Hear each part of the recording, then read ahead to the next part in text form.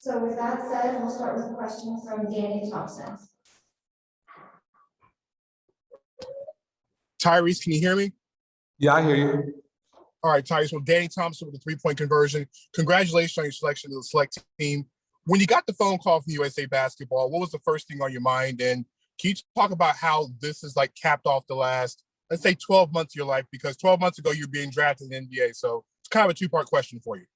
Yeah, I mean, I was just excited. Obviously I had, a lot of success with the under-19 team, and that, kind of helped catapult me into, the position that I was going into my sophomore year of college and getting to the NBA. So I'm really excited to be here. This is, a dream of mine, for basically my whole life. So it's really cool to be out here, be with some of the best guys in the world and compete. And it's really fun. You're right. I mean, past 12 months have been pretty crazy, but, I hope that the next 12 months, and the next 12 months, and the next 12 months just continue to get crazier. So it's been a lot of fun for me.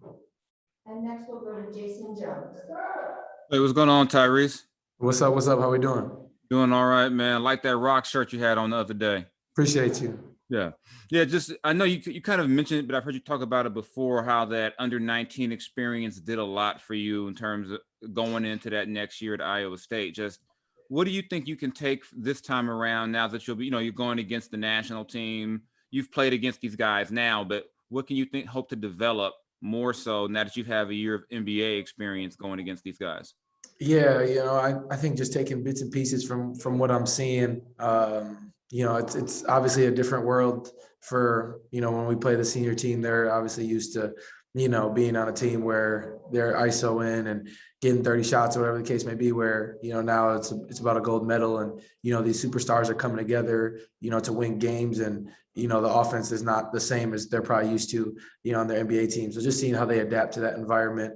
But for me, what I'm really enjoying is being around, a lot of these guys, on the select team with me, guys that I didn't have relationships with before, that I'm able to, kind of interact with, pick their brain, talk to them about, we're going through the same stuff, all being young guys in the league. So just talking to them and, guys who are going through the same thing. So it's been a lot of fun for me to, connect with these guys and, hang out with these guys, play ping pong and, things like that. So it's been really enjoyable for me. Thank you. We'll go to James Ham. Hey, Ty, how are you? I'm good, my man. How you doing? Good. I know in the last half of your season with the Kings, you really started to work on developing as a leader. Just what does this experience help with that? And who is some of the older guys that are taking you under their wing?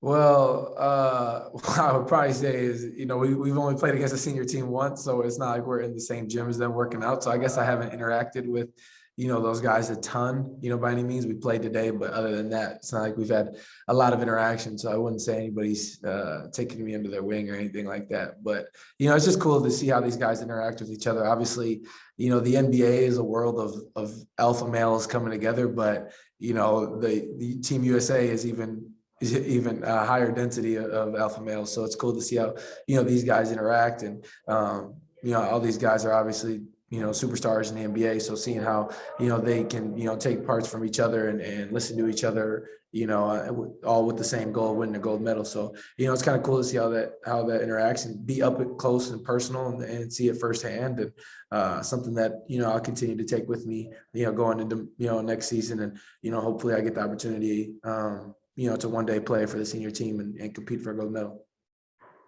Thank you. We'll have Christos. Hey Tyrese, how are you? I'm good, my man. How you doing? I'm fine, thank you. How you approach this camp in Las Vegas with the select team, and what would you like to improve for the upcoming season?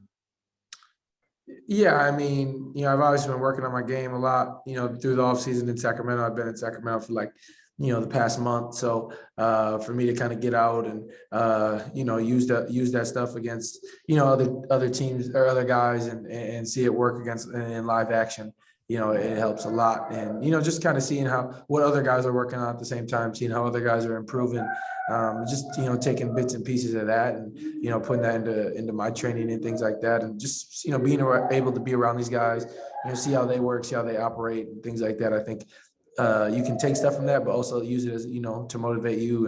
And when you're not here around these guys, you just keep working because you see firsthand that how hard everybody's working. So it's been a good experience. Jason Anderson.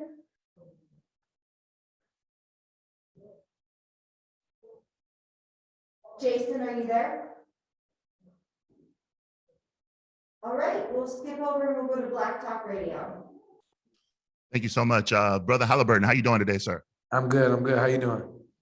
I'm fantastic, man. Well, first of all, I just wanted to congratulate you on a fantastic rookie season, man. And me being the King from Sacramento, you represented in a very big way. So thank you so much for that. My question has to do a little bit more with one of the things that you did as a young athlete is you transcended the game on the court, but you also had a lot to say as an activist, outside of the court. Now that you're actually up close and personal with Team USA, do you feel as though the Olympics is the appropriate place to actually express your political or personal views, or where do you fall on that particular junction? I think it's obviously a sticky subject. It's obviously something that I guess I'm not fully in because it's not like I'm going to the Olympics by any means. So I guess it's hard for me to kind of have say so on that. But I believe if something's important to you, you should speak your mind about it, no matter the stage or no matter the consequence. But if it's important and it's the right thing to do, then I always believe in speaking your mind. So I'm not going to the Olympics, so I guess I don't have too much to say on that part. But I definitely will continue to voice my opinion, and I'm sure there's people who are going to the Olympics all around the world who are going to use that platform. You're probably not going to get a bigger world platform than the Olympics, so it'll be cool to see people have things to say. Thank you for the question. We'll take our last two questions. We'll try Jason Anderson again and then follow with Sean Cunningham. Jason Anderson. Hey, Ty, good to see you, man. How are you? I'm good, man. How you doing? I'm good. Well, what is big for you this summer, this off season into this camp in terms of what you want to work on, and how much of this experience can you kind of take with you when you get back to Sacramento for the next season? Yeah, I mean, the biggest thing, obviously, we've talked about for my off season is just working on my body, take care of my body the right way, obviously recovering from my knee. But I mean, the trials and tribulations of an NBA season, I could talk about every part of my body. So it's big for me to just kind of, get stronger, be able to, withstand an 82-game season, hopefully longer than 82. And take care of that, so not using these days to miss days of lifting, still getting lifts in on these days, even though we're working out. USA has a great setup here, so I'm still able to do those things. But at the same time, there's just a lot of different things, different pick and roll reads. I tend to play off the ball a lot with Sacramento, obviously with De'Aaron. So adjusting to that, being out here with guys like DG and Quick, but at the same time, when they ask me to bring it up, then do that at the same time. So just working on all different parts of my game, defending. Obviously, we're playing, 12. I think there's 9 guys on the senior team. We're playing 9 of the best players in the world. So just testing what I've been working on all off season and going against these guys. Thank you, and we'll finish up with Sean Cunningham. Hey, what's up, Ty? Can you hear me okay? Yep. Good to see you. I was just curious because you're kind of in this pipeline of USA basketball. You were at the under-19 team and kind of won gold there. And I was just curious because, USA basketball has this tradition of rewarding loyalty and commitment. DeMarcus Cousins was one of those guys from Sacramento that had that moment and was called up to the Olympic team. I'm just curious, like, with you being now in this pipeline, here you are at select team, what would the Olympics mean for you come the next summer if you were given the opportunity? I mean, yeah, I think it's, one of the highest points of our sport, being able to, put the USA across your chest and, play for a gold medal.